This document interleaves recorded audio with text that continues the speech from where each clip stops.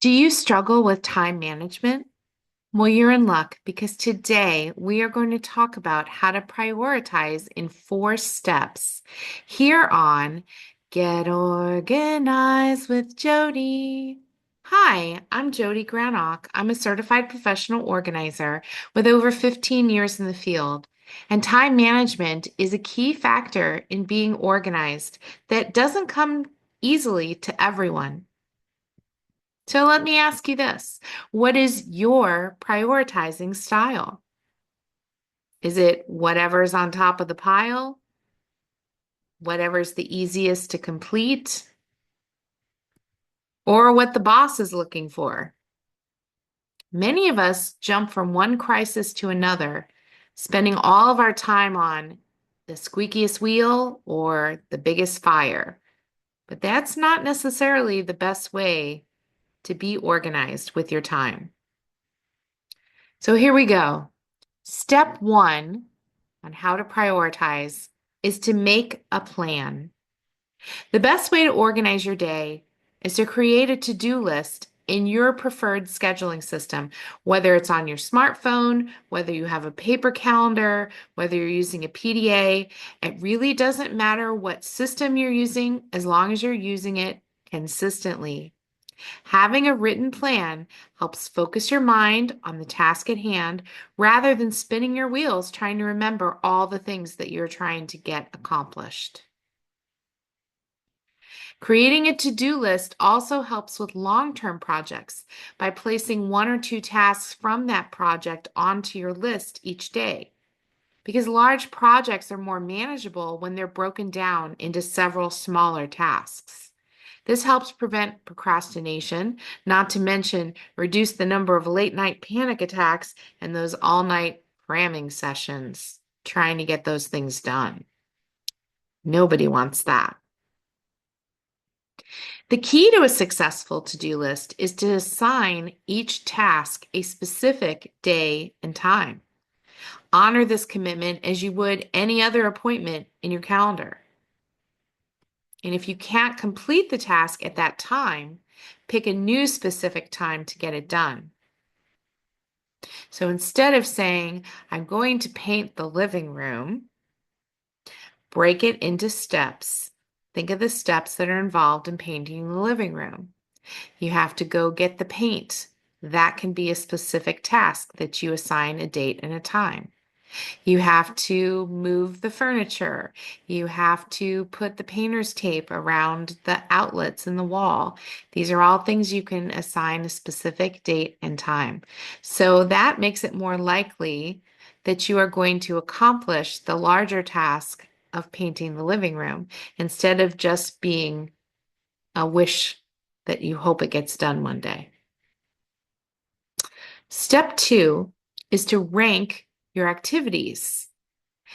Now, you've probably heard of this before, but there are 4 different types of activities. Let's see which ones you're familiar with.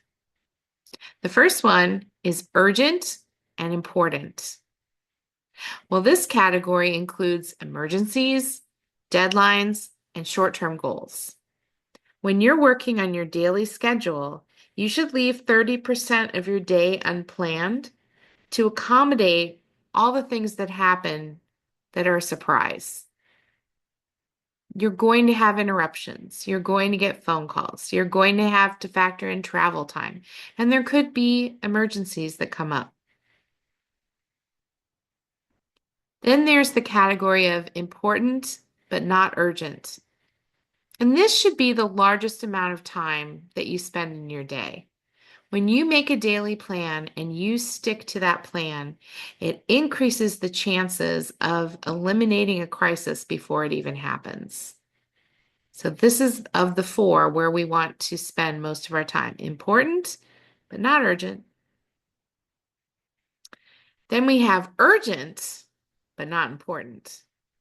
And this group includes phone calls, mail, emails, visitors. This group is the biggest pitfall to having a successful day. Just because you have a task right in front of you doesn't mean it should warrant your immediate attention. So think about the colleague that knocks on your door or walks into your cubicle when you were working on something else, or you are getting notifications every time you get a new email and you feel the need to go check each time your email notification goes off. Not necessarily the best way to prioritize your day. And what is the fourth type of activity? Well, it's neither urgent nor important. And this group includes busy work and time wasters, like trying to be a perfectionist with your work or reading junk mail. Remember what your goals are for the day and stay true to that list. And you'll go a long way in being more organized with your time. By sorting each task, you're going to improve your time management skills by evaluating what's important each day. So as you get these tasks, ask yourself, which type of activity of the four that I just mentioned does this task fall into? And then plan accordingly. Step 3, be realistic about your to-do list. So setting unrealistic goals for the day only leads to frustration. The solution is to calculate how much time tasks really take. So for example, if you said, I've got an hour before I need to get in the carpool line, I'm going to overhaul my kitchen. Not a realistic goal. Don't forget to include time each day for setup and wind down time, for emergencies, for thinking, for interruptions, and meal and bathroom breaks. So as you're making your to-do list, you got to factor these things in. If you have to be at work at 9 o'clock, you got to factor in how long it's going to take you to get to work. You need to think about making sure that you're taking breaks. You need to make sure that you are stopping to hydrate and eat. So just be realistic and don't stuff too many goals into each day. And the more that you do this, and the more that you see what a typical day is and how much you get done, the more realistic you could be about writing out what your plan is for each day. Are you a morning person or do you like to burn the midnight oil? Use your body clock to help plan the activities that require the most energy and brain power during the time of day when you feel the most productive. Save the more mundane tasks for the parts of your day when you feel less energetic. So, classic example, if you know that an hour after you eat lunch, you are feeling pretty sluggish, then that is probably not the time where you should be really focusing on writing a report or having an important brainstorm meeting. But maybe it's the time when you return phone calls and check emails. The most important part of your to-do list is to recognize that you can't do everything yourself. So get other people involved, whether it's your family, your friends, or your coworkers. But start small. You don't need to give away an entire project, and nobody's telling you to just dump your work on someone else. We're just saying take one step that's going to save you some time and energy and ask for help or ask if you could delegate that task. But please remember to thank anyone who helps you. That's just good kindness right there.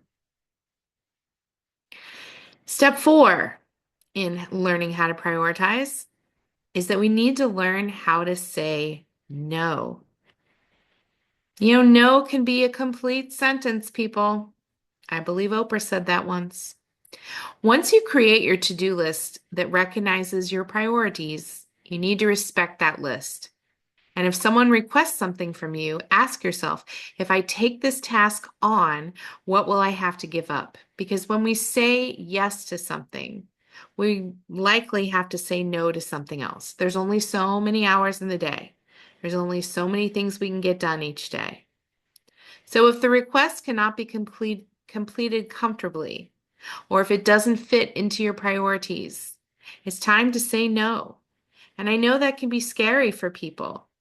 If you are someone who struggles with saying no, you can try one of these phrases instead.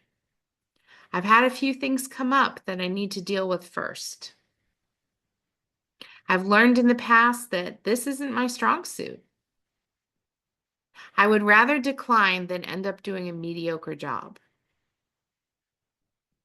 Don't let feelings of guilt allow you to take on more than you can accomplish or take away from the things that matter to you most.